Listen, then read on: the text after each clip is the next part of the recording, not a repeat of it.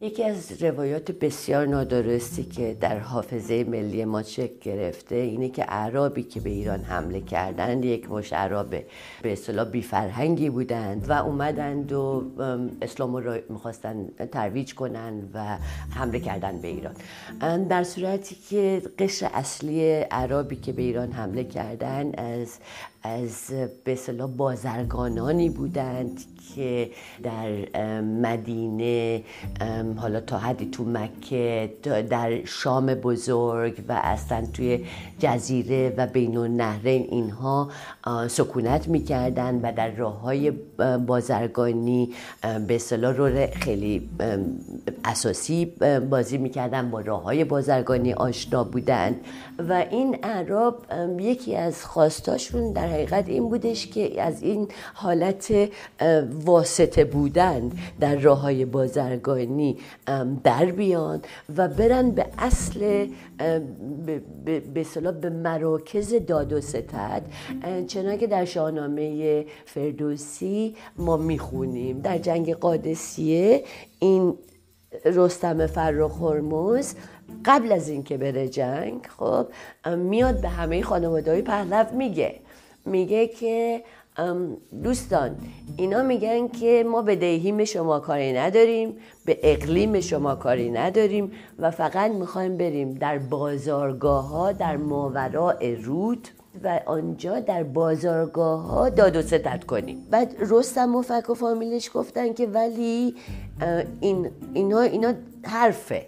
و در نتیجه رفتن و جنگ کردن. یعنی منظورم اینه که رستم فرخ هرمز تا اون دقیقه آخر خب داشت با اعراب مراوده داشت، مصاحبه داشت و وقتی که در جنگ قادسیه مرد، برادرش مراقبت از یزدگردی رو که 6-7 سالگی به حکومت رسیده به عهده میگیره، بهش میگه آقا جان بیا برو طبرستان و توس و گرگان و اونورا، همه طرفدارای تو اونجا و اینا. میگه نه، من میخوام برم آسیا مرکزی. نهایتا این فرخ زاد خب وقتی که یزدگرد اینطوری میگه ولش میکنه یزدگردو، برمیگرده به طرف غرب و میگه که من دیگه تو شاهنامه هست، میگه که اینم که رفت ندانم که کی دانم این شاه کی، یعنی دیگه نمیدونم من شاه کیه برای من. و بعد دیگه از اون به بعد مسالمتاشون شروع میشه و به همین خاطر بود که چون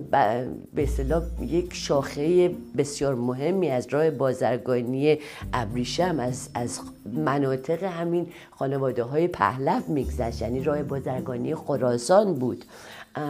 پارت‌ها با اعراب به مسالمت رسیدند، به اصطلاح به توافق رسیدند، به این شرط که اعراب در اقلیم اینها به اصطلاح سکونت نکنند،